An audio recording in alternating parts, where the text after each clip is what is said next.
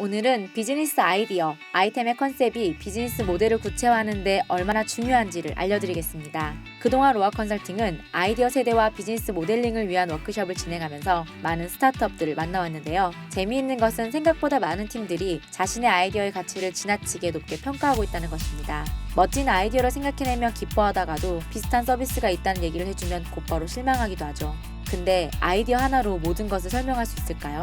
아이디어란 비즈니스란 요리를 만드는 재료일 뿐입니다. 요리를 만드는 셰프에 따라서 어떤 식으로 조리하느냐에 따라서 전혀 다른 요리를 만들어낼 수가 있는 것이죠. 잠재적인 시장 규모가 보장되어 있다면 같은 아이디어라도 여전히 다른 제품이 될 수 있는데 많은 이들이 이것을 간과합니다. 미국에서 가장 핫했던 스타트업 비즈니스 아이디어 중 하나인 그 중에서도 레시피와 음식 재료를 배달해주면 이것으로 간단하게 요리를 할 수 있는 키트를 보내주는 스타트업을 사례로 들어보겠습니다. 먼저 이 분야에서 가장 알려진 스타트업인 블루 에이프런은 이 분야의 1위답게 항상 최상을 강조합니다. 재료의 신선도와 레시피의 최선을 강조하죠. 실제 이들이 얘기하는 것처럼 프랑스의 미슐랭 셰프가 만든 레시피를 제공하는지 확인할 방법은 없지만 그렇게 믿도록 집중하고 있습니다.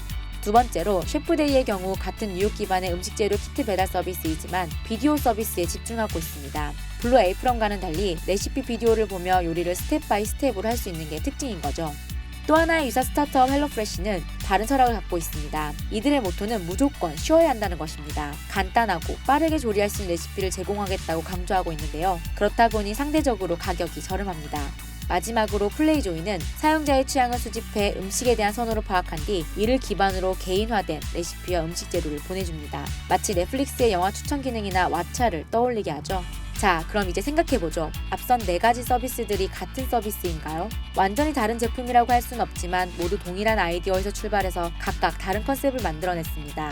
결국 고객이 구매하고 사용하는 것은 아이디어 그 자체가 아니라 제품입니다. 사람들은 mp3를 구매하는 것이 아니라 아이팟을 구매했던 것과 일맥상통하는 얘기입니다. 똑같은 아이디어이지만 누가 하느냐, 어떤 제품으로 내놓느냐에 따라 시장의 반응은 완전히 달라진다는 것이죠. 비즈니스 아이템을 결정했다면 이제 돈을 어떻게 벌어야 할까를 생각하는 스타트업이라면 그 전에 먼저 최소한 제품에 대한 기본적인 컨셉을 전개해봐야 할 것입니다.